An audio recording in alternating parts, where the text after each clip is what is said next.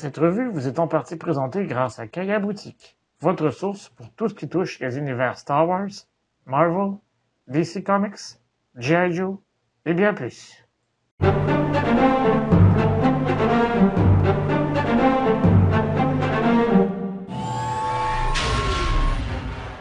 shouldn't salute me anymore.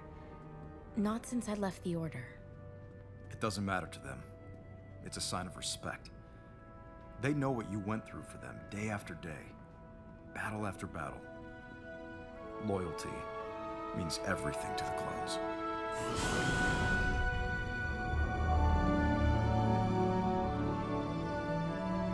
Company! Attention!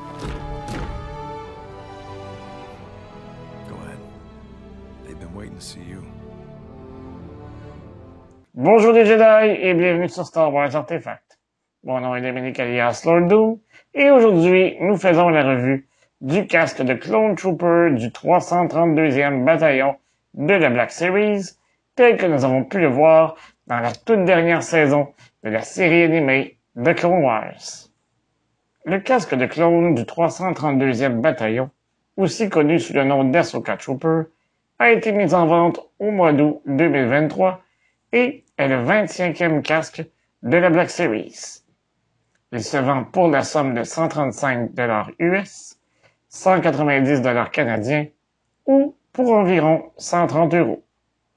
Ce casque n'est pas exclusif à un magasin en particulier, donc vous pouvez vous le procurer auprès de votre fournisseur préféré. Pour ma part, il s'agit évidemment de Kaya Boutique. Sans plus tarder, procédons à la revue. Bon, regardons la boîte de plus près, comme on a l'habitude de le faire. Vous l'avez peut-être remarqué, j'ai décidé de tester un nouveau système d'éclairage pour cette revue. Vous m'en donnerez vos commentaires. En avant, on a évidemment le nom du personnage et la mention casque électronique. Dans le coin inférieur droit, on peut aussi voir le type de pile et la quantité qu'il requiert. Sur le côté angulaire, il y a deux illustrations de Clone Trooper. L'illustration du haut est nouvelle, tandis que celle du bas est identique à celle du clone phase 2, à l'exception de la peinture. Sur le côté droit, nous avons une image de profil du casque de style Rayon X, mais aucun renseignement additionnel. Sur le côté gauche, on a une photo de face du casque et trois schémas techniques. L'écriture Aurebesh est la même que pour le casque de clone phase 2, donc, si vous êtes curieux, cliquez dans le coin supérieur droit de la vidéo pour connaître leur signification. En arrière, on a quelques renseignements additionnels qui sont presque identiques à ceux du clone phase 2. Je vous épargne donc les détails. Avant d'aller plus loin, n'oubliez pas de vous abonner à la chaîne, de cliquer sur la petite cloche afin de recevoir des notifications et de liker la vidéo afin de m'aider à poursuivre mon travail. Vous pouvez également me suivre sur Facebook, Instagram et Twitter. Tous les liens sont dans la description au bas de la vidéo. Maintenant, regardons le casque de plus près. Puisqu'il s'agit d'une repeinture d'un casque de clone phase 2, nous n'allons pas analyser les composantes du casque, mais nous allons plutôt nous concentrer sur ce qu'il y a de nouveau, le travail de peinture. Toutefois, je crois qu'il est pertinent de faire une petite mise en contexte. Vers la fin de la guerre des clones, Bo-Katan demande à l'aide d'Ahsoka afin de l'aider à libérer Mandalore de la tyrannie de Darth Maul et du Shadow Collective. Ne possédant pas suffisamment de force pour assiéger Sundari, la capitale, elles demandèrent l'assistance de la République. Anakin divisa alors la 501e Légion, créa le 332e bataillon, promut le capitaine Rex au grade de commandant, et Ahsoka devint conseillère puisqu'elle ne faisait plus partie de l'ordre Jedi. Il en profita aussi pour lui remettre ses sabres laser qu'il avait précieusement gardés et légèrement modifiés. Heureux du retour d'Ahsoka, les clones ont donc peinturé leur casque à la hâte afin de leur démontrer leur loyauté envers celle qu'ils continuaient d'appeler commandant.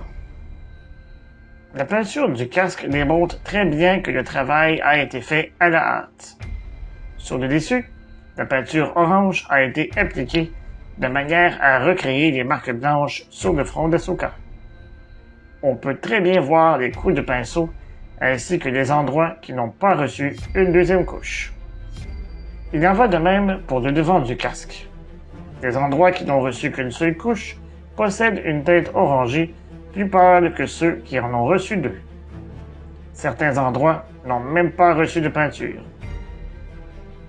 On peut également y apercevoir de très belles traces d'usure et de saleté, même sur les parties blanches du casque. Comme vous pouvez le voir sur ces images, il y en a sur le dessus, sur les côtés, à l'avant et à l'arrière. D'autres entreprises telles que Cybercraft fabriquent ce casque depuis un bon moment. D'ailleurs, l'entreprise offre plusieurs versions de ce casque. Cette version est toute belle, sans égratignure, et représente sans doute ce que les clones avaient en tête. Cette deuxième version contient très peu de dommages et quelques marques d'usure. La troisième version est sans aucun doute celle qui se rapproche le plus du casque d'Hasbro, mais elle ne possède pas les deux couleurs de peinture. Finalement, cette quatrième version faite à partir d'un moule différent se rapproche un peu plus de l'apparence des casques dans la série animée. Il est également possible de trouver certaines versions faites à l'aide d'imprimantes 3D sur Etsy. Par contre, que vous optiez pour Cybercraft ou une option artisanale sur Etsy, attendez-vous à payer 2 à 4 fois le prix du casque de la Black Series. Pour ceux qui n'ont pas regardé ma revue du casque de clone phase 2, c'est à l'arrière que l'on retrouve le haut-parleur et le compartiment pour les piles. On peut évidemment voir qu'il y a un panneau, mais il est beaucoup plus discret que celui du casque d'un Stormtrooper impérial. Le casque d'Ahsoka Trooper est sans aucun doute un des casques de clones repeints qui aura le plus de succès. Évidemment, les casques de commandants tels que Cody, Fox ou Gree seront populaires, mais je crois que les seuls qui auront davantage ou autant de succès seront ceux de la 501e Légion et du Capitaine Rex. Et vous, que pensez-vous de ce casque? Quel est votre souhait pour la prochaine version repeinte? Dites-le moi dans les commentaires au bas de la vidéo.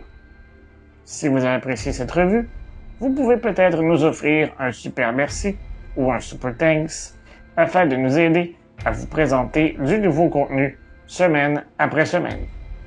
Je vous donne rendez-vous la semaine prochaine pour une autre revue. Et d'ici là, je vous dis à bientôt et que la force soit avec vous à tout jamais. Remember, the Force will be with you, always.